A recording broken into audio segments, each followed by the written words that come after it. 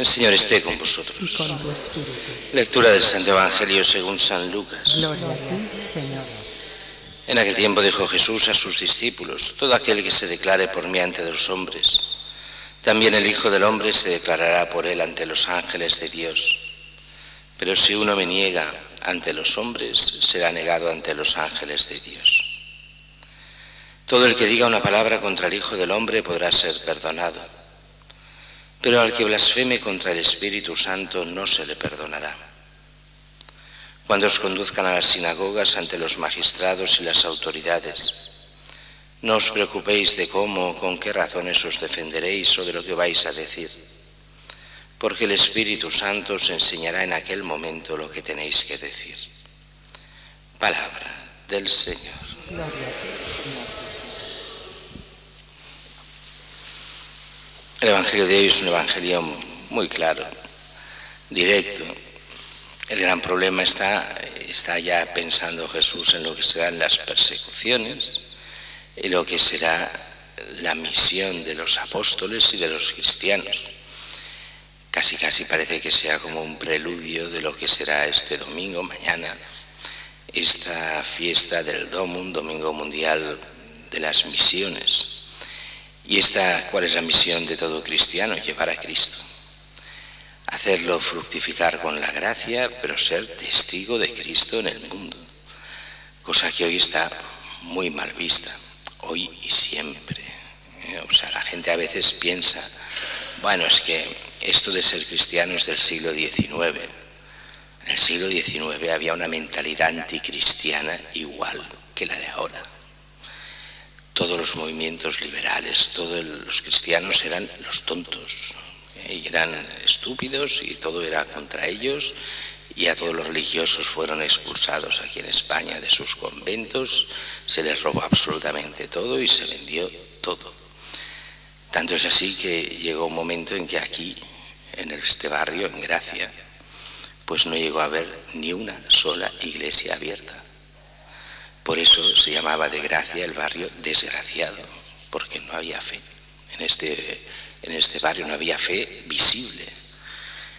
Así se expropiaron los dos conventos y que habían, que eran el de los Josepets y el de Santa María de Gracia, que llamamos hoy, que llamaban Jesús de Gracia. Y porque después, bueno, se hicieron parroquias las iglesias después de haberse vendido el Estado, no la Iglesia. Se le robó toda la Iglesia, se venden todos los terrenos, las tierras, las viviendas, lo que tenían para los frailes, y con que no saben qué hacer con la Iglesia la devuelven a la diócesis para que haga parroquias. Pero eso después, años después. Quiero decir que cuando la gente dice, oye, es que hoy estamos muy mal, que no es verdad. Que hoy estamos mal, sí, pero como siempre hemos estado mal. La Iglesia nunca ha estado aquello de decir bien, en el sentido de que todo el mundo es creyente y que bien, y que todo el mundo... No. Incluso cuando podía parecerlo, en los años 40 y 50, dices que tampoco era verdad. Que había mucha hipocresía, que habían unos cuantos creyentes de verdad, claro que sí. Igual que lo hay ahora. Pero que todo el mundo era creyente, jamás. Sí, yo recordaré siempre una vez leyendo un libro sobre un convento que ya no está, el de las Carmelitas de Granollers, cómo lo fundaron y todo lo que hicieron allí, pues salía la carta de un sacerdote de Granollers del año 1948. Y decía, ahora que han pasado todos los efluvios de religiosidad de después de la guerra y la gente ya no es creyente ni practicante, año 48. Claro que habían creyentes y practicantes, pero eran los mínimos, porque siempre ha habido hipocresía. Ahora ya no hay hipocresía en la Iglesia, o menos, porque los hipócritas ya se lo han dejado, ya se han ido a otras cosas. Y continúan siendo hipócritas, pero en otros lugares, en otros movimientos, en otras cosas. Por eso cuando dices, bueno, es que hoy estamos tiempos difíciles, todos los tiempos son difíciles. Para el cristiano nunca ha estado de moda ser cristiano. Esto es una cosa que la gente no lo entiende a veces. Sí hubo un tiempo, no hubo ningún tiempo en que estaba de moda ser cristiano. Tal vez estuvo de moda ir a misa. Y entonces la gente iba. Pero ser cristiano, creer en el Evangelio y creer en los mandamientos, cumplirlos, llevarlos a cabo, una práctica sacramental seria, eso de moda no lo estuvo nunca. Siempre la Iglesia ha tenido que luchar para conseguir que los fieles fueran fieles, porque la mayoría no lo fue, nunca, ni por eso aquí nos va bien este Evangelio de hoy. Todo aquel que declare por mí ante los hombres, también el Hijo del Hombre se declarará por él ante los ángeles de Dios. Aquí está hablando sobre todo de aquellos que han sido creyentes y que llega el momento en que en los momentos difíciles niegan a Cristo. Aquí hubo una polémica brutal en el siglo II y III, incluso principios del IV. ¿Qué hacer con estos que han renegado de Cristo para salvar la vida? Y entonces habían las tres versiones. Los que decían, no hay nada que hacer por ellos, solo rezar por ellos, pero no pueden ser incorporados a la Iglesia nunca más. Se les llamaba esto los rigoristas. ¿Por qué? Porque en el momento principal renuncian a Cristo y además no hablaban de cristianos normales, sino de cristianos empeñados, incluso sacerdotes y obispos. Quien hace eso no merece volver a la Iglesia. Después había el segundo tipo, el comprensivo. Bueno, si se arrepienten, claro, pueden volver. Dios jamás cierra las puertas a nadie si hay un arrepentimiento. Y después había la tercera fórmula, el tercero que decía, bueno, sí, Dios perdona a todos, pero lo que no podemos es ser tontos y dejarnos hacer creer que aquí no pasa absolutamente nada y que vuelvan a hacer de obispo, de sacerdote. Eso no. Una cosa es perdonar los pecados, que vuelvan a reconciliarse con la Iglesia, pero otra cosa es, aquí no ha pasado nada, ya lo creo que ha pasado. Han renunciado a Cristo públicamente. Es gravísimo.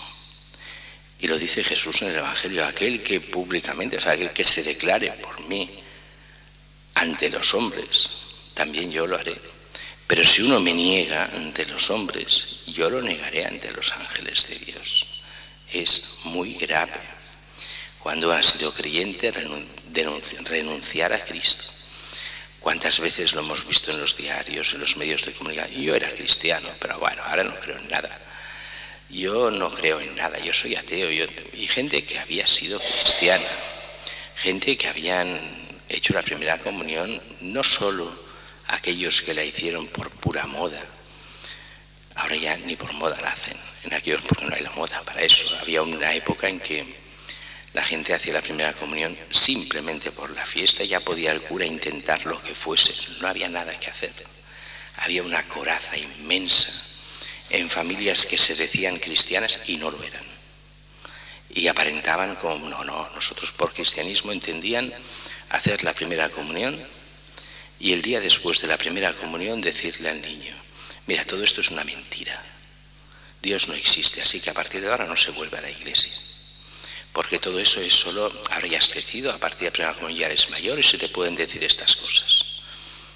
Esto era todo una mentira. Pero para que tú estés contento, te hemos hecho esta primera comunión para hacerte los regalos. Esa mentalidad donde se niega, donde los primeros que escandalizan a sus hijos son los padres. Y esto lo hemos visto, podría decir, en más de la mitad de la población de España. Y de aquí Cataluña, faltaría más. Y continúa el Evangelio, todo el que diga una palabra contra el Hijo del Hombre podrá ser perdonado. Pero el que blasfeme contra el Espíritu Santo no se le perdonará. Y aquí la gente dice, bueno, ¿y qué es esta blasfemia contra el Espíritu Santo? ¿Por qué se puede hablar mal de Jesús y serán perdonados, pero el que blasfeme contra el Espíritu Santo no? Aquí está hablando de los no creyentes, no está hablando de los creyentes, mientras hasta ahora eran los creyentes que habían sido creyentes al menos. Aquí está hablando de la gente normal. Puede haber gente que no conoce a Cristo y hable mal de Cristo por desconocimiento, por lo que sea. Si se convierte será perdonado, claro que sí, faltaría más. pero no el que blasfeme contra el Espíritu Santo. ¿Por qué? ¿Qué es blasfemar contra el Espíritu Santo?